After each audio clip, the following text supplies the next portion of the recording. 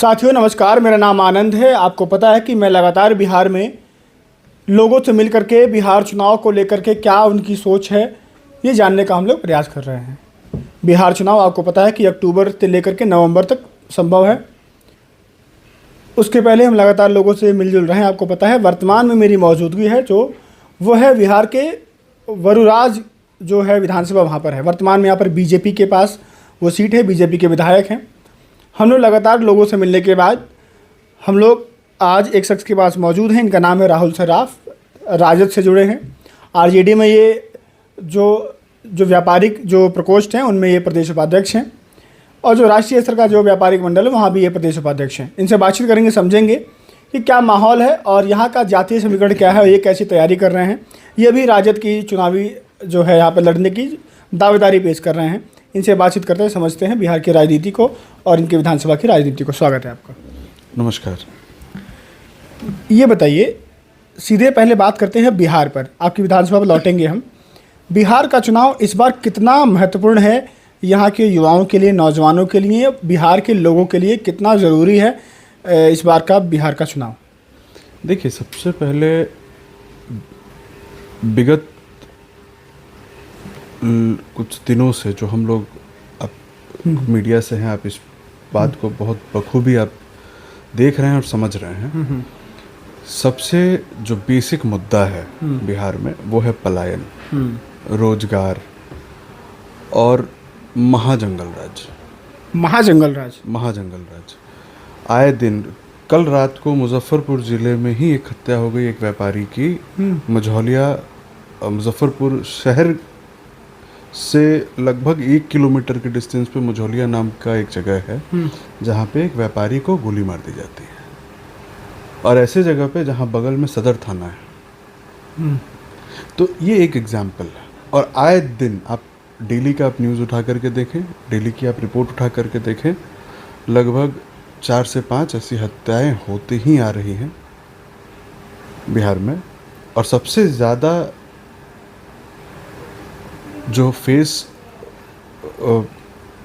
इस मुद्दे पे कर रहे हैं हम लोग, चाहे हत्या का हो, चाहे किसी भी तरीके से रंगदारी का हो, हॉस्पिटल में घुस के मार दिया जा रहा है। आप एक सीतामढ़ी में हाल फिलहाल में एक व्यापारी की मौत हो गई, और सारे गोलियों से ही मर रहे हैं।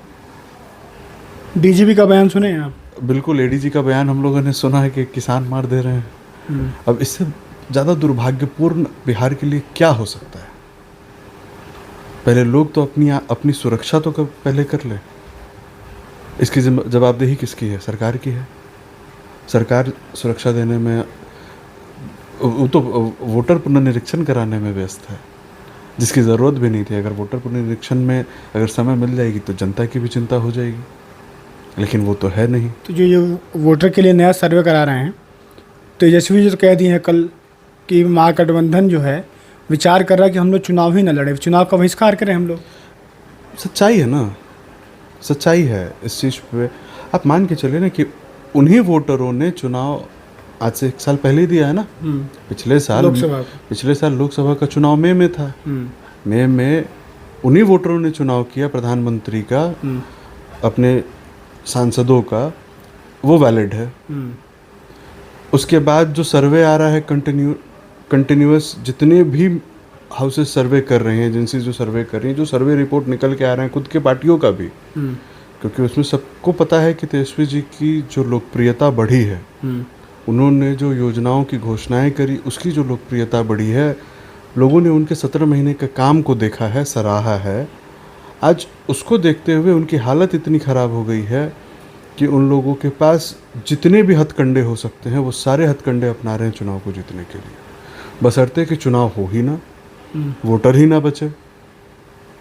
ऐसे जगह पे वोटरों को काटा जा रहा है। ऐसे मतलब किसको डिस्टर्ब कर रहे हैं? वो उनको कर रहे हैं जो गरीब तबके के लोग हैं, जिनके पास पेपर्स नहीं है, जो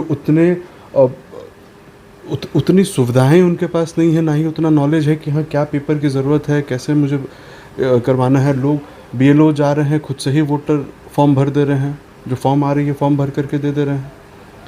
जिस चीज़ का कोई आज अजीत अंजुम ने भी जो वीडियो बनाया, आखिर उन पे कार्रवाई हो गई, सच दिखाने के लिए कार्रवाई हुई ना। जो भी मीडिया हाउसेस या जो भी लोग इंडिविजुअल भी अगर सच दिखा रहे हैं लोगों क्या सच्चाई है वो उसको आज की मैं बात बताता हूँ। आज मैंने अपने क्षेत्र के 81 लोगों का, जिन लोगों ने आवासीय अप्लाई किया है, जिनके पास वोटर आईडी कार्ड है, जिनके पास आधार कार्ड है, जो यहाँ के बासिंदे हैं, वो लोग तो कह रहे हैं, उनको तो एक ये बन गया है ना कि हम मुसलमान वोट को काटना है, यादव वोट को काटना है, जितने पिछड़े अति पिछड़ा हैं उनके वोट को काटना है। लेकिन सही मायने में अगर देखा जाए तो आज जिन लोगों का वोट, आज मैंने जिन 81 लोगों ने जो फॉर्म भरा है आवासीय अपना बनवाने के लिए, ये मैं पिछले 2 दिन का डेटा दे रहा हूँ। इन लोगों ने पिछले 2 दिन से बनवा कर अप्लाई करके रखा हुआ है, इन लोग का अप्रूव नहीं हुआ है। और ये वो लोग हैं जिनको मैं शायद काफ़ी टाइम से देखता आ रहा हूँ, और वो हिंदू हैं, वो कोई मुस्लिम नहीं है। ये साबित करना क्या चाह रही है सरकार? गिरधारी लाल यादव जेडीयू के सांसद हैं, नीतीश जी के पार्टी के। वो कहने कि चुनाव आयोग को बिहार के बारे में कुछ पता ही नहीं है, वो बिहार कोई भौगोलिक स्थिति को समझती नहीं है। इसमें रोपनी का टाइम है, खेती मजदूरी का टाइम है, लोग अपने खेतों में काम धाम कर रहे हैं। मैं सांसद हूँ, मुझे 10 दिन लगा है अपना पेपर ढूंढने में, तो लोगों को कितना दिन लगेगा ढूंढने में? तो क्या लगता है कि सब कुछ ठीक नहीं चल रहा क्या एनडीए में? देखिए, एनडीए में ठीक चल रहा है या नहीं चल रहा है, लेकिन जितने भी इंटेलेक्चुअल लोग हैं, मैं समझता हूँ कि जो लोग बुद्धिजीवी हैं ना, उनको मालूम है कि ये बेतुका ये सर्वे चल रहा है, इसका कोई औचित्य नहीं है। और आपने खुद ही बताया ना, गिरधारी लाल यादव ने, वो राजद के तो सांसद है नहीं, वो तो जदयू के सांसद हैं। उनको तो ये नहीं कहना चाहिए था, लेकिन उन्होंने बिना डरे अपनी बात रखी। होना हो कल उन पर कार्रवाई ना हो जाए, क्योंकि यहाँ पे जो अगर सही बात बोलेगा, सही मुद्दों पे बात बोलेगा, उन पे तो कार्रवाई होता है ना, ये तो उनका नियम है। आप मुझे बताइए ना कि 2003 का वोटर लिस्ट लग रहा है,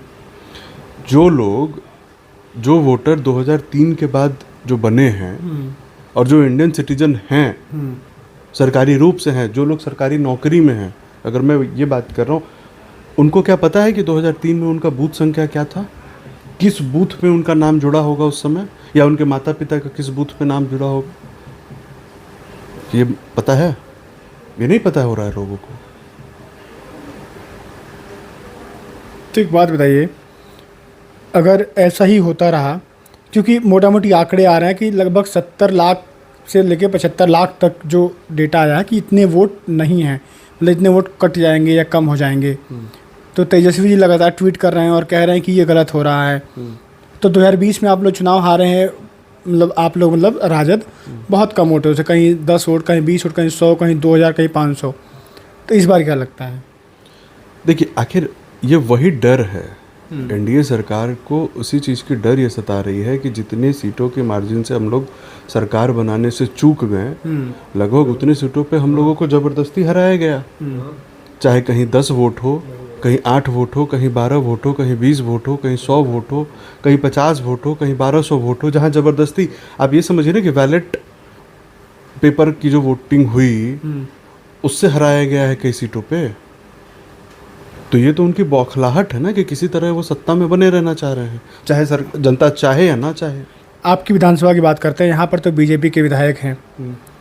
यहाँ पर अगर जाति का समीकरण बात करें, आप कह रहे हैं लगातार जो वोट काटे जा रहे हैं यादव के, मुसलमान के, अति पिछड़ों के, तो यहाँ पर तो मान के चलिए यादव मुसलमान 40 हज़ार के आसपास हैं, 35 हज़ार 40 हज़ार। तो अगर उनके भी वोट काट दिए जाएंगे तो राजद का क्या हाल होगा? और मान लीजिए जो अति पिछड़ा है उनके वोट कट जाएंगे तो फिर क्या रहेगा? देखिए, लड़ाई तो हम लोग लड़ ही रहे हैं। आज भी मैं लगभग आज सुबह से 3 पंचायतों में ऐसी बैठक करके मैं आया हूँ जहाँ पे लोगों को जो भी समस्याएं आ रही हैं, चाहे वो पेपर बनवाने से लेकर के, जिनका नाम नहीं गया है, जिनका फॉर्म नहीं फिल हुआ है, ये सब काम हम लोग करवा रहे हैं। हम लोग तो अपनी तरफ से पूरी कोशिश कर रहे हैं कि चुनाव आयोग से लड़ने का, कि भाई ठीक है, आप जो चाह रहे हैं हम लोग उसको भी पूरा करके दे रहे हैं। अब देखना ये है कि उनकी मंशा क्या है। हम लोग तो कोशिश यही है कि हम लोग जितने लोग, हमारे जितने भी वोटर हैं और एक्चुअल वोटर हैं, उनके हम लोग सबमिट करा रहे हैं। अब वो तो हथकंडे अपनाएंगे तो हम लोग राजद के सिपाही, हम लोग हर तरीके के युद्ध लड़ने के लिए उनसे तैयार हैं। आप लोग कह रहे हैं बिहार में काम नहीं हो रहा है या जंगल राज है, महाजंगल राज बोला आपने, नौकरी नहीं है। एनडीए की सरकार है, डबल इंजन की सरकार है। मोदी जी आते हैं मोतिहारी में, कहते हैं कि हम लोग पूर्वी चंपारण को मुंबई बना देंगे, पटना को पुणे बना देंगे। क्या दिक्कत है आप लोगों को? अब उन्होंने पिछले बार ये भी बात कहा था कि मोतिहारी के चीनी मिल का चाय भी पिएंगे। पी लिए? नहीं ना। हमारे मोतीपुर में चीनी मिल है, पहले हुआ करता था, चीनी मिल बंद हो गया, चीनी मिल चालू होने की बात हुई, मुख्यमंत्री ने यहाँ से आकर के जब भी चुनाव का मौसम आता है तो यहाँ आते हैं, एक भाषण देते हैं कि हम चीनी मिल चालू करेंगे। तो यहाँ के लोग समझदार नहीं क्या फिर? समझदार बिल्कुल हैं। देखिए, कुछ समीकरण ऐसे बन जाते हैं और जो लोगों ने किसी न किसी कारणवश मोदी जी की बातों में आकर के हो सकता है कि वोट कर दिया हो, लेकिन इस बार तो ऐसा होने की उम्मीद नहीं। आप अगर विधायक बनते हैं, आपको टिकट मिलता है राज्य की तरफ से, आप जीत करके जाते हैं, क्योंकि समीकरण जो है आपने जैसे यहाँ पर हम लोग को देख रहे हैं कि वैसे है लगभग 40 से 42 हज़ार, यादव मुसलमान है, तो यादव मुसलमान सब कहा जाता है कि राजद का वोट है। तीसरा फैक्टर अगर सवर्ण जुड़ता है आपके साथ ना, जो अगड़ा वोटर है, तो कहीं ना कहीं जीत राजद की संभव हो सकती है। तो अगर आपको टिकट मिलता है, विधायक बनते हैं, तो क्या मूल समस्याएं यहाँ पर आपकी विधानसभा में लगता है कि यार इस पर काम होना चाहिए? देखिए, सबसे पहला जो हमारी मंशा है, जो हम लोग अपने फर्स्ट टू डू लिस्ट, जो हमारी प्रायोरिटी होगी कि यहाँ पे 2-3 ऐसे फैक्ट्रीज खुले हैं और जहाँ पे सबसे बड़ी समस्या ये आती है कि लोकल लेवल पे जो लोग, जो युवाएं हैं यहाँ पे, जिनको यहाँ पे उनको फर्स्ट प्रेफरेंस मिलना चाहिए था। हाँ, ये बात मैं अभी कर रहा था। लोग कहने कि फैक्ट्रियाँ 1-2 हैं यहाँ पर, लेकिन जो प्रायोरिटी होती है या भर्ती भी होती है वो बाहरी लोग ही होते हैं। यहाँ के लोग बेरोजगार हैं। मैं वही बात कह रहा हूँ आपको फिर से कि फैक्ट्री खुलने के बाद भी, और मैं आपको ये चीज़ बता दूँ, जब से फैक्ट्री खुले हैं यहाँ पे लगभग सैकड़ों बच्चों ने अप्लाई किया होगा, किसी न किसी कारण से उनको यहाँ पे नौकरी नहीं मिलती है। और नौकरी सिर्फ उन्हीं को दी जाती है जो कि पैरवी से जाते हैं वर्तमान जनप्रतिनिधि के माध्यम से। और वो लोग कितने सक्षम हैं नहीं है, इस पे तो मैं बहुत ज़्यादा दावा नहीं करूँगा, बट मैं इतना ज़रूर कहूँगा कि यहाँ के लोग, यहाँ के बच्चे मुजफ्फरपुर जा रहे हैं, पढ़े लिखे, जिनके पास वो क्वालिफिकेशन है कि वो जॉब कर सकते हैं, लेकिन उनको नहीं दिया जा रहा है। तो पहली प्रेफरेंस तो ये होगी कि जो ये भी यहाँ के युवा हैं, जो रोजगार जिनको नहीं मिल रहा है, उनको नौकरी दिलवाई जाए, चाहे यहाँ की लोकल फैक्ट्रीज में हो या फिर सरकार की तरफ से जितनी भी योजनाएं हम लोग लेकर के आ रहे हैं उसके माध्यम से हो। ये हम लोग पहला हमारा ये काम। दूसरा, जो तेजस्वी जी के हमारी जो मेजर जो 4 योजनाएं हैं, उस पे हर एक, आज आप देख लीजिए स्थिति ये है वृद्धा पेंशन की, आप किसी भी पंचायत में चले जाइए, आपको 50% वृद्धजन जो हैं उनको पेंशन नहीं आता है।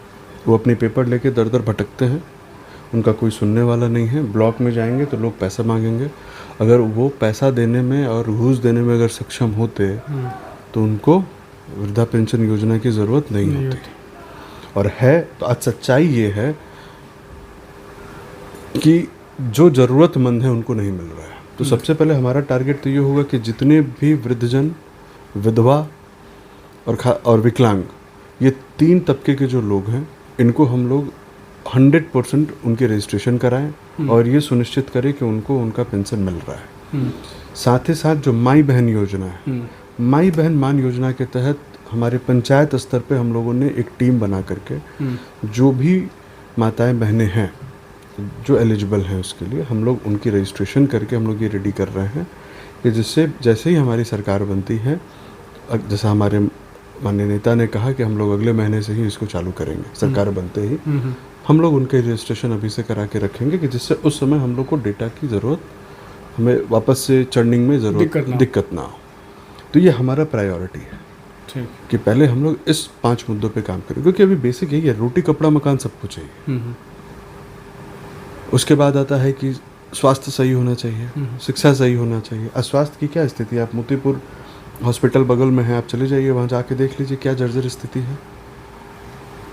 फ़ैन ढंग से नहीं चल रहा है, लोगों का इलाज ढंग से नहीं हो पा रहा है। कल मुजफ्फरपुर SKMCH की घटना है, डॉक्टर नहीं उपलब्ध होने की वजह से और सही से इलाज नहीं करने की वजह से एक आदमी की मृत्यु हो जाती है और उसके बाद उसके परिजनों को पीटा जाता है हॉस्पिटल मैनेजमेंट के द्वारा। एक और छोटा सवाल होगा आपसे, आखिरी सवाल होगा।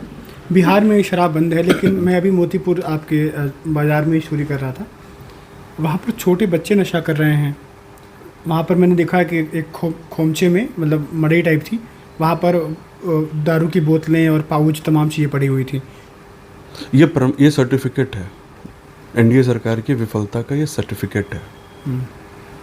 आज आप रिपोर्ट निकाल करके देख लीजिए, हेल्थ ब्यूरो की रिपोर्ट है। जब से शराबबंदी हुई है तब से जितनी मौतें नकली शराब पीने की वजह से और जो सूखा नशा करने की वजह से या बाकी अन्य तरीके के जो नशा उसको करने से जितने युवाओं की जो मृत्यु हो रही है, इसका जिम्मेदार सरकार, क्योंकि आपके पास कोई ब्लूप्रिंट था नहीं। आपको आके एक दिन बोल देना था कि हाँ भाई कल से शराबबंदी है। आपके पास क्या ब्लूप्रिंट है? आपके पास ना फैक्ट्री और उसका विकल्प नहीं दिया आपने। कोई विकल्प की तो छोड़ ही दीजिए, उसका कोई भी एल्गोरिदम या कोई भी ब्लूप्रिंट उन्होंने बनाया।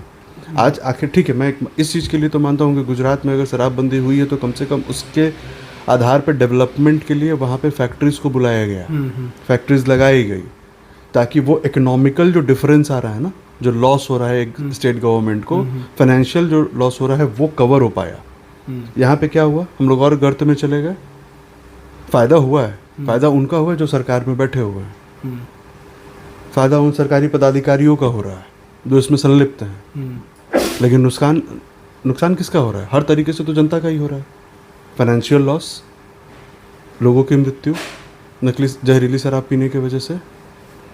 जो आजकल के युवा हैं जिनको आपने क्या उसके लिए कोई अवेयरनेस नहीं चलाया, आपने उसके लिए कोई एक ब्लूप्रिंट नहीं रखी लोगों के सामने, आपके पास कोई उसका बैकअप प्लान नहीं था। आप सीधा आए एक दिन उठ करके आपने बोल दिया कि भाई कल से शराबबंदी है।